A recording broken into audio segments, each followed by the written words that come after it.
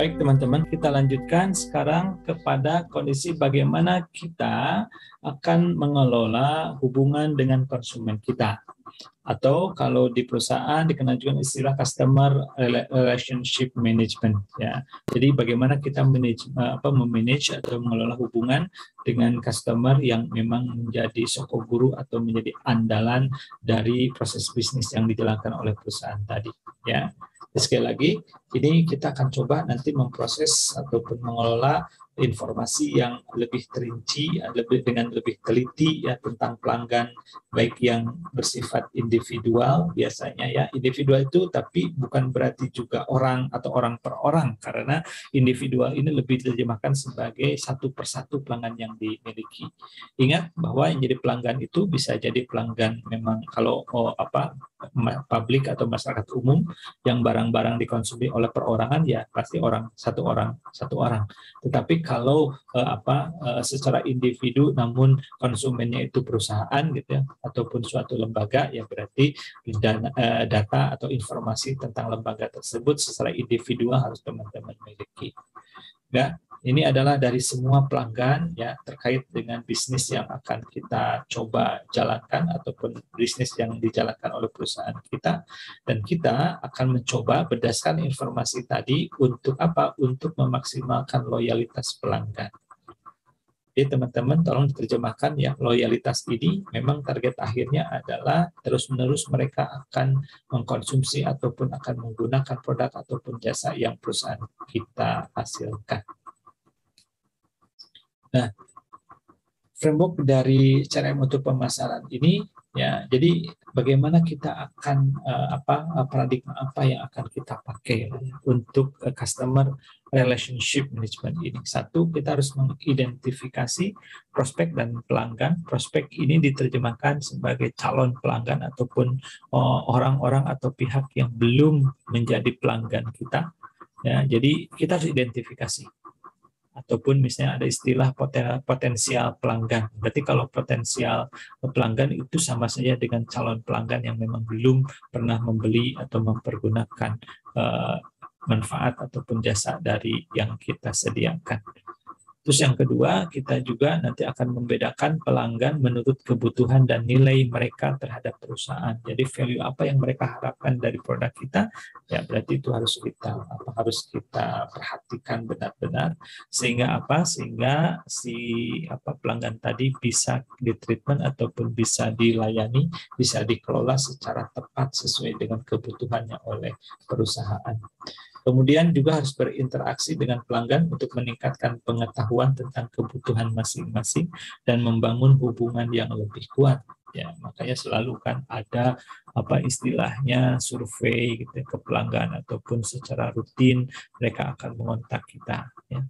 Kalau contoh misalnya kalau perusahaan yang bergerak di dalam otomotif gitu ya, ketika awal membeli mobil katakanlah ya, dan mereka punya bengkelnya juga, biasanya mereka akan selalu telepon bagaimana kondisi mobilnya atau mengingatkan kapan waktu harus dicek kendaraannya atau harus kembali servis rutin dan seterusnya.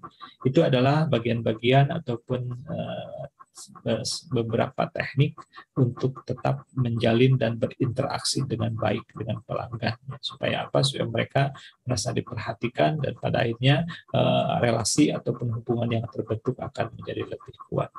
Kemudian juga harus menyesuaikan produk, layanan, dan pesan atau informasi ke setiap pelanggan tadi ya. Jadi kita harus adjust lah ya. Ketika ada misalnya ada perubahan ataupun ada sesuatu yang sekiranya mungkin berpengaruh kepada layanan yang diberikan, itu pun harus terus selalu dikomunikasikan. Dan ujungnya tetap bahwa apapun yang dilakukan harus sesuai dengan keinginan ataupun yang kemarin kita sebut sebagai customer oriented. Jadi apapun yang dilakukan oleh perusahaan harus berorientasi kepada pelanggan. Nah, sekarang bagaimana cara kita untuk meningkatkan value kepada value dari customer yang bisa dihasilkan oleh si perusahaan. Satu ya, kita kurangi tingkat pembelotan pelanggan. Belot ini artinya bahwa mereka beralih kepada pesaing-pesaing kita, yaitu supaya benar-benar dihilangkan ataupun dikurangi.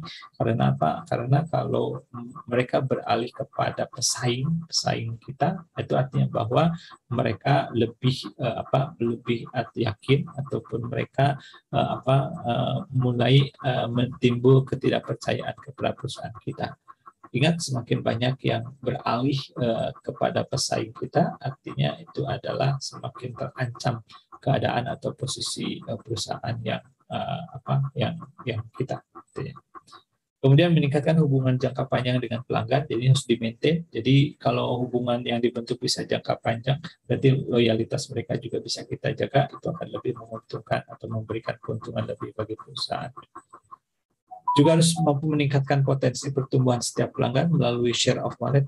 Ya, jadi istilahnya kalau wallet itu dompet ya, tapi kan biasanya merujuk kepada isi dompet ataupun ya keuntungan ataupun uang lah ya. Jadi mereka harus dengan sistem, kalau perusahaan ya berbagi, artinya bahwa mereka akan merasakan juga manfaat ataupun merasa tidak bahwa keuntungan yang diperoleh oleh perusahaan itu tidak hanya benar-benar dimiliki atau diambil oleh si perusahaan, tapi juga mereka akan merasakan manfaat dari yang timbul dari keuntungan ataupun dari ya profit yang digenerate ataupun yang dihasilkan oleh perusahaan.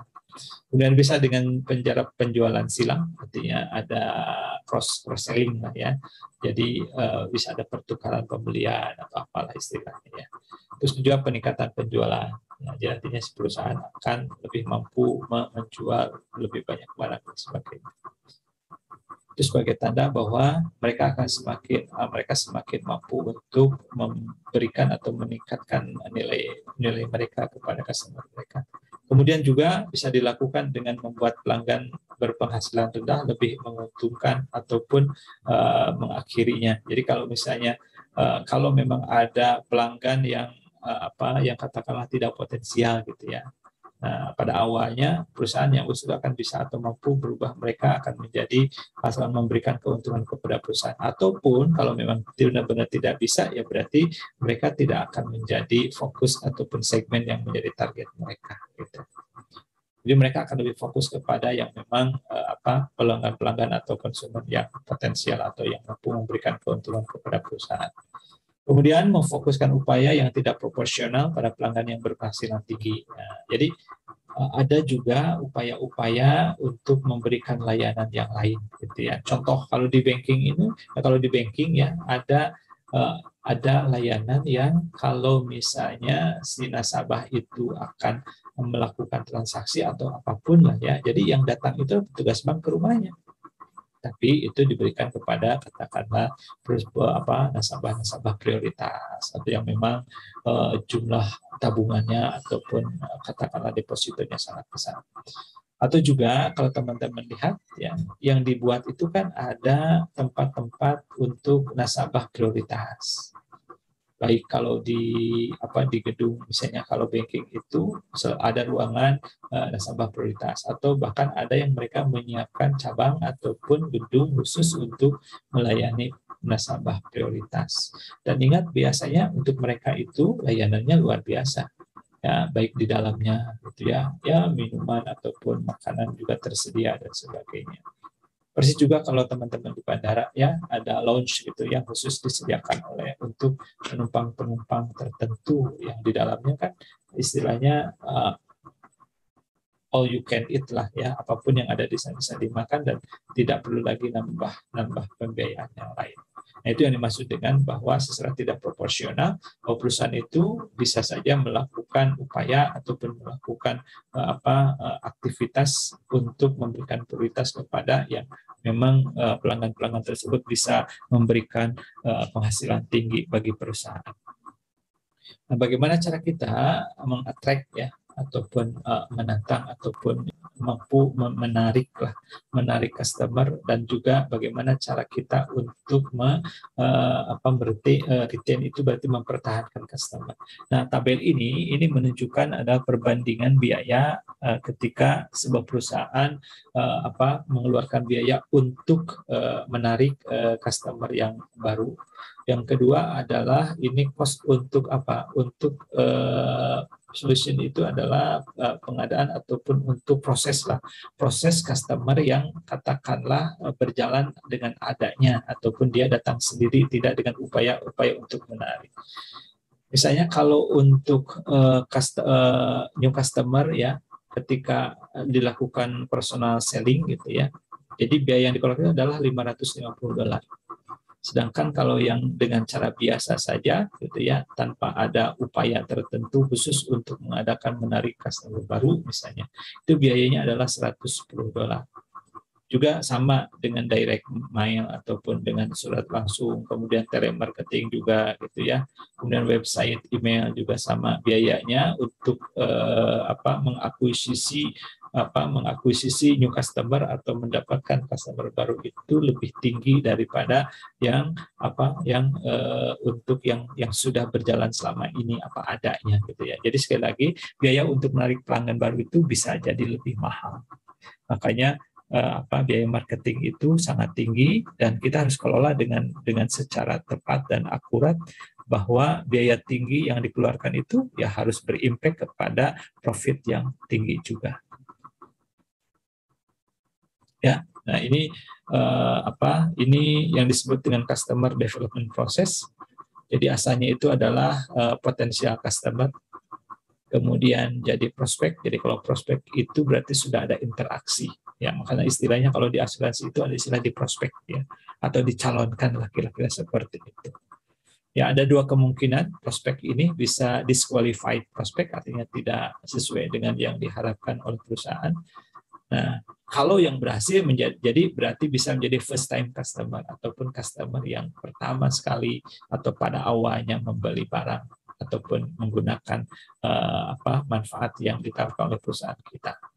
First time consumer itu bisa jadi repeated customer ataupun repeat customers ya. Jadi ya dia akan melakukan perulangan membeli produk kita misalnya seperti itu, atau juga bisa menjadi inactive atau ex customer. Nanti kalau ex customer tidak lagi menjadi customer kita. Ya, bisa jadi pindah ke kompetitor kita atau mungkin dia berhenti tidak mengkonsumsi barang tersebut untuk kebutuhan mereka. Nah, repeated customer itu kalau yang lancar atau yang bagus bisa menjadi klien. Klien berarti kan customer yang sudah memiliki kaitan ataupun hubungan yang lebih intens lagi dengan perusahaan. Ya. Jadi dia sudah bolak-balik lah gitu ya. Sudah bolak-balik mempergunakan ataupun mendapatkan manfaat dari barang atau jasa yang ditawarkan. Nah, kalau sudah jadi klien, bisa jadi suatu saat dia bisa berhenti. Kalau berhenti berarti jadi inactive atau ex customer juga. Tapi kalau misalnya terus lancar, artinya dia jadi member. Nah, member pun sama, ada dua kemungkinan, bisa jadi inactive atau ex customer, atau bisa jadi advocates. Ya, jadi advokasi lah gitu ya. Kalau misalnya teman-teman kan sering ada istilah di advokasi atau dinasihati atau ya menjadi sesuatu orang yang bisa memberikan penjelasan lah, informasi yang pada akhirnya akan memberikan atau dijadikan sebagai orang yang akan membantu menyebarluaskan informasi ataupun image baik dari perusahaan. Lebih tinggi lagi bisa jadi partner. Ya, kalau partner berarti benar-benar orang yang ikut ataupun bisnis dengan proses bisnis yang dilakukan oleh perusahaan. Ya, kalau misalnya di dunia asuransi kan ada istilah jadi partner, jadi apa ya kira-kira seperti itu kondisinya. Ya, ini juga masih bagaimana kita menjalankan atau attracting and retaining customer kita. Ya, jadi ada istilahnya dinamika retensi atau bagaimana dinamika kita mempertahankan customer kita. Ya, jadi istilahnya katanya ada rata-rata bahwa perusahaan itu kehilangan 10% dari pelanggan setiap tahun. Ya, ini informasi yang berharga bagi teman-teman. Kemudian pengurangan 5% terhadap tingkat pembelotan pelanggan atau pelanggan yang pindah kepada kompetitor atau pesaing kita itu dapat meningkatkan keuntungan sebesar 25% hingga 85%. Jadi ketika kita ada 5% gitu ya, ataupun misalnya ada 10% yang pindah ke kompetitor kita, kemudian tahun berikutnya yang 10% ini kita kurangkan atau turunkan jadi 5%. Nah, jadi ketika mampu mempertahankannya 5% ini tetap menjadi customer kita, katanya bisa meningkatkan keuntungan sebesar 20% hingga 85%. Kemudian tingkat keuntungan pelanggan meningkat selama masa pakai pelanggan yang ditahan atau retensi ini. Jadi kalau ada pelanggan yang mampu kita retaining ataupun kita tahan, maka ini pasti akan meningkatkan keuntungan pelanggan itu sendiri, ya. Jadi karena apa? Kalau pindah ke kompetitor pasti dia akan keuntungan yang dia peroleh belum tentu misalnya langsung akan sesama lah dengan barang yang sebelumnya dia konsumsi. Kenapa? Harus adaptasi dulu. Kemudian juga mungkin ada masa-masa dia harus belajar menggunakan ataupun bagaimana cara menggunakan produk atau barang itu sendiri. Sehingga dia pasti ada learning curve-nya dulu sehingga manfaatnya tidak langsung secara maksimal dapat dia rasakan. Belum lagi juga masalah kebiasaan ataupun yang sebelumnya sudah terbiasa dengan alat tertentu gitu ya, yang tadi kita sebut sebagai adaptasi tadi. Nah, sekarang bagaimana cara kita meningkatkan ataupun membangun loyalitas dari customer ya. Kita akan coba bangun yang disebut dengan strong customer bond. Jadi ini kita akan menciptakan produk, layanan, dan pengalaman yang unggul untuk target pasar tertentu. Bagaimana caranya? Jadi produknya harus didesain oleh kita. Ya, mau produk, mau layanan, ataupun experience yang kita akan tawarkan harus didesain sesuai dengan target pasar kita. Yang kedua, kita harus mendapatkan partisipasi lintas departemen, artinya di fungsi kerja yang ada organisasi itu harus harus dari berbagai atau mendapat dukungan dari berbagai departemen yang ada dalam proses yang mulai dari merencanakan, kemudian mengelola kepuasan pelanggan, sampai dengan proses retensi atau mempertahankan pelanggan itu sendiri. Dengan demikian, kalau misalnya ini dilakukan dengan lintas departemen, berarti kan misalnya orang produksi pun akan concern, akan punya perhatian bahwa ketika kita akan atau harus mempertahankan customer kita, berarti mereka ketika memproduksi barang itu harus dengan kualitas yang terbaik, harus menjaga atau terus mengontrol gitu ya proses yang dijalankan ketika proses produksi itu dilaksanakan. Ketika mereka lebih bagus menjalankan proses produksinya, berarti mereka akan bisa menekan dihasilkannya produk yang tidak berkualitas atau tidak sesuai dengan standar gitu ya. Ingat bahayanya ketika produk tidak sesuai dengan standar, kemudian lolos dan diterima oleh pelanggan, berarti itu akan menimbulkan ketidakpuasan bagi pelanggan.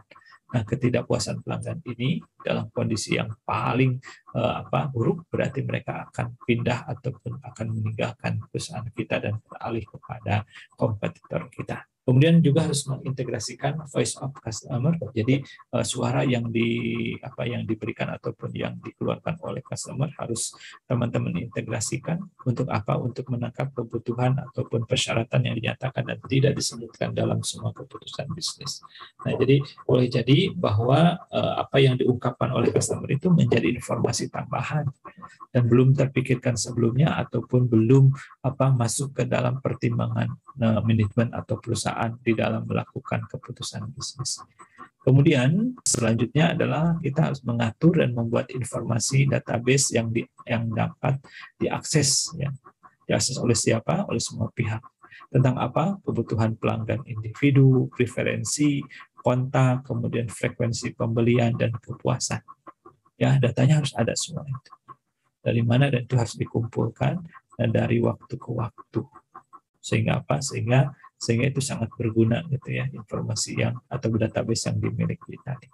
Yang selanjutnya, poin berikutnya adalah kita harus memudahkan pelanggan untuk menjangkau personel perusahaan ataupun orang-orang yang bisa mereka kontak itu bisa dengan mudah mereka jangkau atau mereka kontak ya, sesuai dengan kebutuhan si pelanggan tadi. Untuk mengekspresikan kebutuhan mereka, kepuasan mereka, atau juga untuk menyampaikan keluhan mereka. Selanjutnya juga kita harus bisa mengevaluasi potensi jumlah pelaksanaan program pemasaran klub ya ataupun kelompok sasaran kita yang kita lakukan. Ya, jadi harus dievaluasi seberapa banyak nanti program untuk pemasaran yang harus dilakukan di tahun depan. Kemudian klub atau kelompok mana saja yang harus menjadi target daripada program pemasaran yang kita jalankan. Kemudian juga kita harus menjalankan program penghargaan yang mengakui karyawan yang luar biasa. Jadi ini akan secara internal akan meningkatkan kualitas atau proses bisnis yang dijalankan yang mendukung untuk proses pemasaran, sehingga perusahaan akan memperoleh ataupun akan mendapat dukungan yang lebih maksimal, sehingga karyawan pun bisa bersatu padu ataupun bisa lebih termotivasi untuk menjalankan program tersebut.